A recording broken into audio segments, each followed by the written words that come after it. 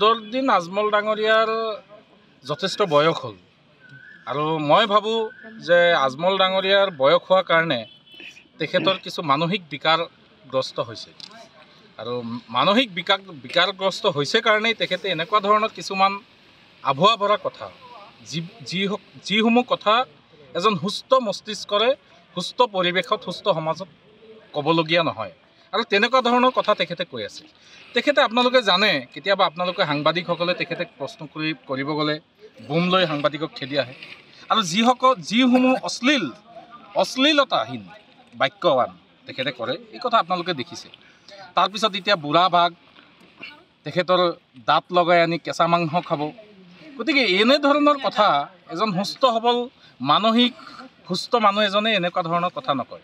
আচলতে তেখেতে ভাবিছে যে অসমৰ ভাৰতীয় আমাৰ যিসকল ইছলাম ধৰ্মাৱলম্বী ভাৰতীয় মুছলমান আছে তেখেতসকলক তেখেতে ভাবিছে যে এইসকল মোৰ ফিক্সড ডিপ'জিট আৰু ফিক্সড ডিপ'জিট বুলি ভাবি এনেকুৱা ধৰণৰ তুচ্ছ তাচ্ছিল্যসূচক কথা তেখেতে কয়। তেখেতে এইটো বয়সতো যদি এজন মানুহ যি সময়ত আমি সমাজৰ প্ৰত্যেকজন শিক্ষিত যুৱক যুৱতী সমাজত যিসকল জ্যেষ্ঠ বুদ্ধিজীৱীসকল সমাজত প্ৰত্যেকটো চুবুৰীয়ে যি সময়ত বাল্য বিবাহৰ বিৰুদ্ধে আমি মাত মাতি আছোঁ, যি সময়ত আমাৰ সমাজৰ যিসমূহ অহুৱা পৰম্পৰা আছে এই পৰম্পৰাসমূহৰ বিৰুদ্ধে আমি মাত মাতি আছোঁ, সেই সময়ত তেখেতৰ নিচিনা এজন জ্যেষ্ঠ ব্যক্তিয়ে মৌলানা মানুহ হয় তেখেতে এই বয়সত যে বিয়া বাৰৰ কথা কয়। গতিকে ইয়াত চাই নিৰ্লজ্জ কথা থাকিব নোৱাৰে। আমি তাৰ কাৰণে অসমবাসী ৰাইজে এইবাৰ আমাৰ যিসকল সংখ্যালঘু মুছলমান যুৱক যুৱতী আছে যিসকল উঠি অহা যুৱ প্ৰজন্ম আছে তেখেতসকলক মই অনুৰোধ জনাইছোঁ আপোনালোকে এতিয়া এই সুযোগ আহিছে বুঢ়া ভাগ আৰু কেঁচা মাংস খোৱা মানুহজনক আৰু এই বুঢ়া বয়সত যে বিয়া পাতিব খোজা মানুহজনক এটা সুযোগ আহিছে। আপোনালোকে এই বুঢ়া বয়সত তেখেতক যে আচলতে ৰাজনৈতিক পথাৰত তেখেতৰ বৰ্তমান যে কোনো কাম নাই এই ব্যক্তিজনক এতিয়া খেদি পঠোৱাৰ এটা সুযোগ আমি অৱলম্বন কৰিছোঁ আৰু আপোনালোকে জানিবলৈ পাব অহা দিনত আমাৰ এই ধুবুৰী লোকসভা সাংসদ হিচাপে আমাৰ দলৰ যিজন মনোনীত প্ৰাৰ্থী আমাৰ সন্মানীয় জ্যেষ্ঠ নেতা অসমৰ 5বাৰকৈ বিধায়ক হৈছে প্ৰাক্তন মন্ত্ৰী ৰকিবুল হুছেইন ছাৰ ডাঙৰীয়া এইবাৰ নিৰ্বাচনত প্ৰতিদ্বন্দ্বিতা কৰিছে আৰু তাৰ কাৰণেই তেখেতে এনেকুৱা আবুল তাবুল কথা কোৱা আৰম্ভ কৰিছে।